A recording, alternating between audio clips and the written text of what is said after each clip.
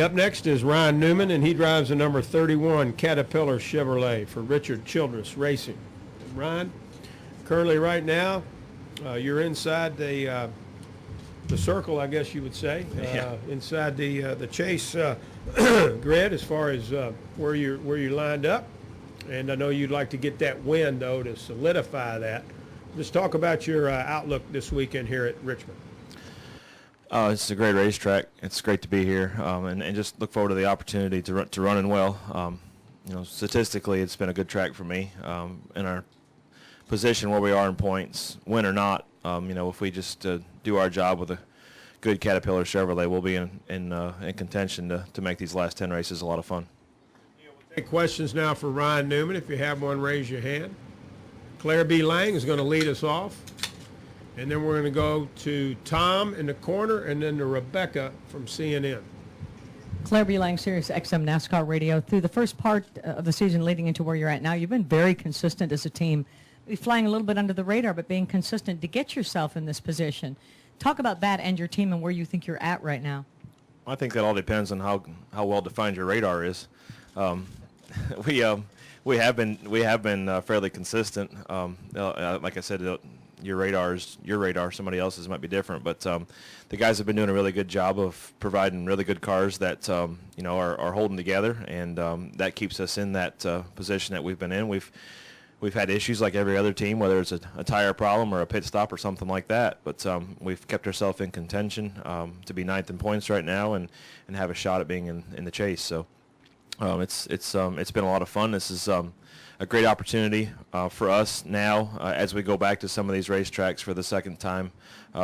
We had there was a few races in there like Watkins Glen and Indy and a couple others where you don't experience the second race until later in the season. So going back to Richmond and Loudon and a few other places like that, we'll as a team get to prove what we've learned in the first experience together. All right, we'll go back to Tom, and then we'll go over here to Rebecca. Hi, Ryan. Tom Jensen, Fox Sports.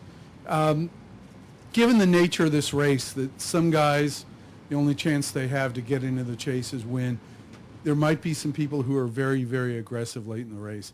Is that a concern to you, especially given that you just need a decent finish to make it in? Are you worried about basically anybody doing anything stupid or crazy at the end of the race?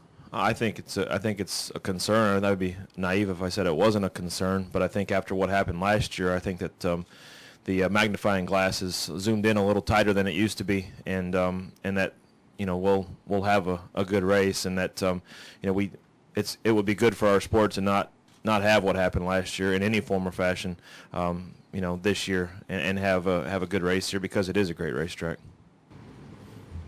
Over here to the left, Rebecca.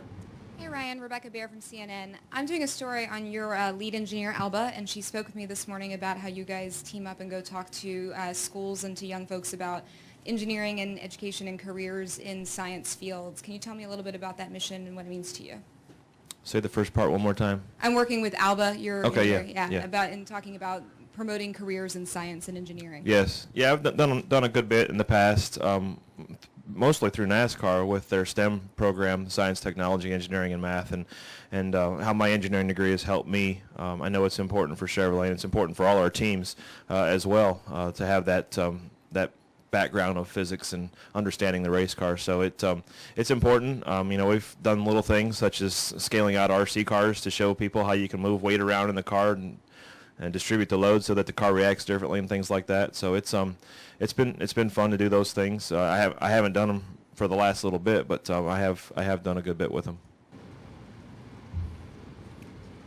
Let's go to the back row. We've got looks like about 3 back there. Looks like Mark Garrow has one, and the gentleman right here, and my man here from Charlotte, Nate. Mark Garrow, PRN. Given the fact, Ryan, I guess it's 41st or better, do you guys just sort of look for 3 dropouts and then get more aggressive, or do you stay with the normal game plan? No, it's not 41st or better because we really have to keep an eye on the 16 car, because if somebody else wins that hasn't, I could finish 21st and not make it if Biffle's second or so, something it's close to that math. So it's not just 41st or better, but in the end, like I said, we're in a good position. We're here to win the race for Caterpillar and all our other sponsors and have some fun. I mean, after all, that's what it's all about.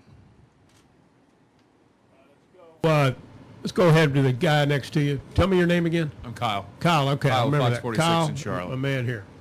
Ryan, just wondering if, we've seen this race be very exciting. A lot of people have interesting finishes and outcomes and tempers and things flare sometimes.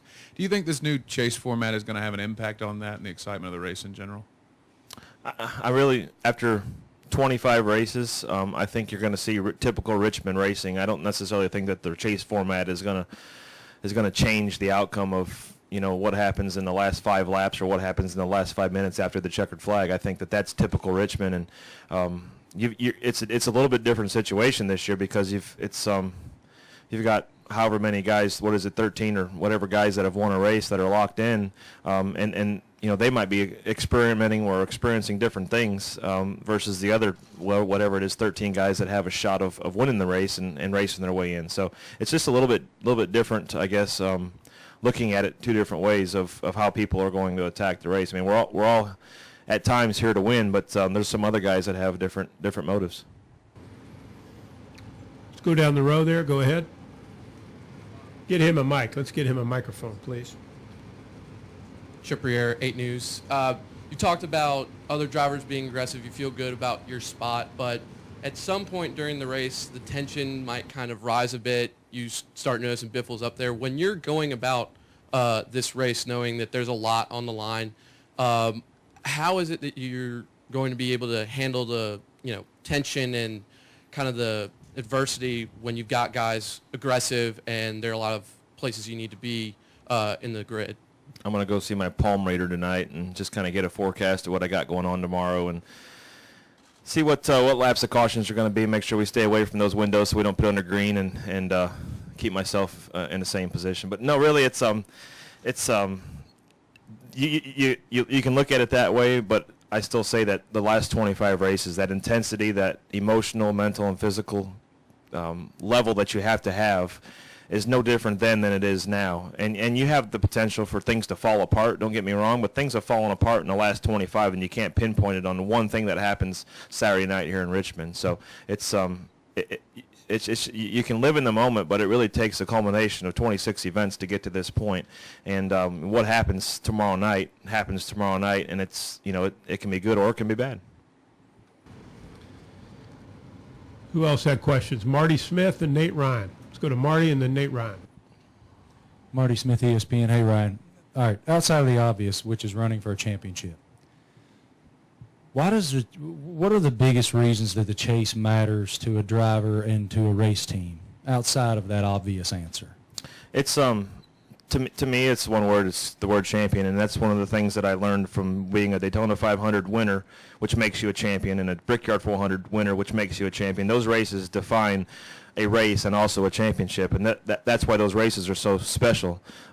Being a champion in the last 10 races makes you a champion of our sport. I mean, it's just the word itself. I mean, it's what we all strive for, to be that champion. You can be a winner in our sport, but that doesn't mean you're a champion. You have to go out there and put it all together in our series now in 10 races at the end to have it be your championship. Let's go to Nate Ryan. Raise your hand there, Nate. Let's get Nate the microphone, please. Nate Ryan, USA Today Sports. The track was repaved 10 years ago, and it seemed like the first few years it was a little bit tame, but in the last 4 or 5 years it seems like there's a lot more action, a lot more bang fenders. I think 4 of the last 5 races there's been a caution flag in the last 10 laps. Any reason for that? Does it seem like this place is getting racier? I think it's just guys doing everything that they can in that last little bit. I mean, you spend 395 laps, either getting frustrated or mad that you're not in the position you want to be in, and somebody takes it out on somebody, and that's more prone to short track racing than anything else. Why it is more so now than 10 years ago, I don't have a really good answer for you on that. There's a lot of things that have changed between the tire and the car, the drivers, the caliber of the competition that we have. It's easier to be frustrated now with that narrowed margin of competition than it was 10 years ago. So there's a lot of things to factor into that. In the end, it's still great Richmond short track racing. Right here. We'll end with Lewis. Louis Franco Reuters. Everyone's talking right now about tomorrow night, but yesterday Talladega announced new qualifying plans. I'm wondering, earlier Carl was saying, it's tough enough to do one fast lap. This will be the first time on a super speedway that they'll be doing this kind of group qualifying. I was wondering what you thought about that. Yeah, I kind of skimmed over and read the page document that it took for us to try to figure out how to qualify at Talladega, and it seemed like it was kind of a bit of a mess. So it's one of those things where in the end, we've always said that qualifying at Talladega doesn't mean a whole lot other than pit selection. But to me, qualifying should still be qualifying, and trying to mix in racing with qualifying is not what I define qualifying in my book. Yep. Back row, let's go all the way to the back. I thought I did a good job of explaining that without. Yeah. Mark Davis, NBC 12 here in Richmond. Ryan, Notice how Kerry kept looking at me like, what's he going to say? I'm just, go ahead. Ryan, with the new format, seeing it for 25 races now, this being the 26, I just wanted to get your thoughts on the new chase format after being kind of enveloped in it for most of the season now, and it being the first year. What are your thoughts on the new format here? The irony to me is it seems like no matter what the format is, I still end up being that guy that's either in or out of the bubble. Right now I'm 9th in points. There's been years I've been 12th in points and 11th in points. And, if you moved the championship point system around in different years, I'd have been really good a couple of years. But in the end, it is what it is. It's the same for everybody. We know it going into Daytona for the 500, what we have to do coming into Richmond. And it still involves winning races, and that winning races, whether winning you're in or winning you have a better chance of being in, those points all add up. So to me, it's the typical it is what it is answer, and the biggest change in my eyes will be the next 10, not necessarily the first 26. Final question right here. State your name, please. What's your name? Brandon Witten with MotorRacingDigest.com. Ryan, do you think it's feasible for a team to go through the chase, not win a race, and still win the championship? Absolutely. It's mathematically totally possible, and I mean there was some kind of stat that Junior would have done that last year. I don't know the exact truth to all of it. I haven't mathed it all out, but he would have I think won the championship in Homestead with a 4th place finish. Is that right? So I mean it's totally doable, and that's why I said there's a lot of things that have changed, but yet the whole winning you're in doesn't necessarily guarantee winning a championship. You don't mathematically have to. We've proven that after the first 26, because somebody will get into the chase without winning a race. Ryan, we appreciate you coming in. Good luck certainly here tomorrow night. Thank you.